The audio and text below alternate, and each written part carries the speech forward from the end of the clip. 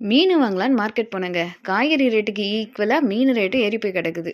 அப்புறம் அடிச்சு புடிச்சு பேசி ரூ. 200க்கு சங்கரா மீனை வாங்கிட்டு, இந்த 5 துண்டு லாவகமா பேசி அக்கா கிட்ட கரெக்ட் பண்ணி வாங்கிட்டு வந்தேன்னா பார்த்துக்குவாங்களாம். வீட்டுக்கு வந்த உடனே ஒரு கடுப்பான விஷயம். என்னன்னா, இன்னைக்கு பவர் கட்டாம். அதுவும் காலையில 10லேருந்து சாயங்காலம் 5 மணி வரைக்கும். எப்படி இருக்கும் பாருங்க லைஃப். இதுலயும் சென்னைக்கு ஈக்குவல் தான் பாண்டிச்சேரின்னு நினச்சிக்க வேண்டியது தான்.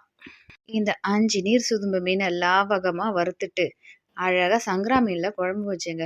இன்னைக்கு பார்த்து என்ன ஆச்சுன்னு தெரியல. அமோகமோ அமோகம். மாங்காய் டேஸ்ட்டா, மீன் டேஸ்ட்டா, இல்ல என் கைப்பக்குவமான்னு தெரியல. அப்படி இருந்துடுத்துன்னா பார்த்துக்கோங்களாம்.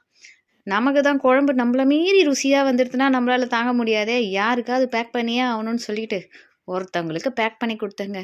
அவங்களுடைய ரிப்ளை லாஸ்ட்டா வருது பார்த்துக்கோங்க. நான் முடிவு பண்ணிட்டேங்க. இட்லி கடைங்க. இட்லி, மீன் குழம்பு.